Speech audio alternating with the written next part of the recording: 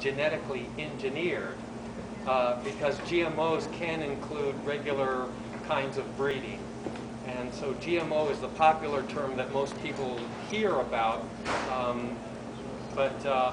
Tonight I'm going to be using GMO and genetically engineered interchangeably, just to let you know. So what a genetically engineered organism is when they scientifically take genes from one organism, such as a bacteria that's, say, resistant to pesticides, and they artificially inject it into another organism, like a plant, so that that plant will become, less resistant or more resistant to pesticides, so they can spray more pesticides.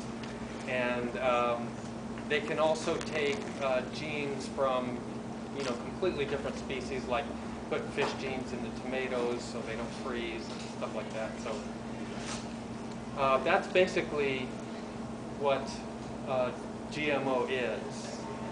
Any questions about that? Yeah. So can you express why that would be harmful? Yeah. Yeah.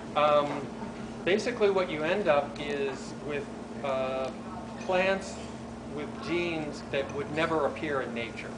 They're completely new, and so in that sense you could say naturally untested. And so your digestive system, doesn't know what to do with this. There have been many reports, and I can read down a list if you're interested, of studies that have shown that this has been detrimental to animals, impacted their livers and spleens and other organs and whatnot. It's just basically, even though it's a living organism, it can interact just as badly as toxic chemicals, because it's an unnatural substance, basically. Any other questions about that? Okay, so there are a couple big corporations who are pushing GMOs into agriculture. The most famous is Monsanto, or infamous. They were voted the most evil corporation on Google or Facebook ever. And another one is DuPont, and the third largest one is Syngenta. Syngenta is the one that's planting GMOs right here in our valley. They're out of Switzerland, which, by the way, has banned growing GMOs in Switzerland. See, they're not dumb, so someone said they're going to go test it out on the natives. So, what they have done, what these corporations have done, is they've gone to the patent department, and they've said these GMOs are so fundamentally different from regular plants that we get to patent them and make money off them. And then they turn right around to the government and they say these GMOs are so fundamentally similar to regular plants, they need no regulation at all. And part of the way they get away with this is they actually have the Monsanto lobbyists and people get a job in the USDA and the FDA and make those decisions, and then go back to work in Monsanto or wherever. So that's what we're up against. What both sides agree to is that there is genetic drift. Let me back up a little bit. Originally they were saying that they were going to create these terminator seeds, which were going to have one generation of GMO, and then they were going to die. And so then you would have to buy new plants. It turns out that that didn't work. Mother Nature was too, I don't know what, rambunctious or something? Prolific, yeah. And so it turns out that there is genetic spread, and both sides now agree that that does happen, genetic drift. It can be carried by insects or the wind, and they're claiming it's just, maybe a little bit right next door, but there's actually been evidence that GMO corn from like the Midwest, has blown all the way down into Mexico, contaminated Mexican corn. So it's, you know, this idea of having a buffer zone of a few miles, it's really just not going to work. So organic farmers, by definition, are non-GMO because it's unnatural. And even the USDA definition of organic says it's non-GMO.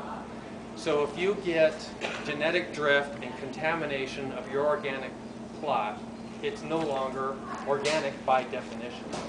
So given the drift and the contamination issue, this is really an issue of survival for the organic industry.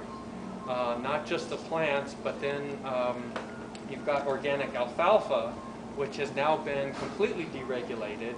And of course, the whole organic dairy industry is dependent on organic feed. And so, you know, when contamination spreads, this is putting the organic agriculture in great jeopardy. So we're not alone in this fight. Growing GMOs has been banned in 3 counties in California, Mendocino, Marin, and Trinity County, and in several countries around the world. So it can be done. So anyway, that's what, well, let me back up again. What happened was a local farmer named Chris Hardy, a local organic farmer in Ashland, discovered GMO sugar beets being grown right next to his farm where he grows chard for seed. And those species are close enough that it would have ruined his organic seed production. And so he called a meeting here in Ashland saying, hey, what are we going to do? GMOs are here. And over 60 people showed up. And we decided at that first meeting that the tack we were going to take is to attempt to ban growing GMOs in Jackson County. Now, we're not trying to ban the sale of GMO because at this point, GMO is in almost all the food in the regular grocery stores and a lot in the co-op too, because it's not required to be labeled. You remember that story I just told? It's not required to be labeled or regulated in most ways. There are some exceptions to that. So,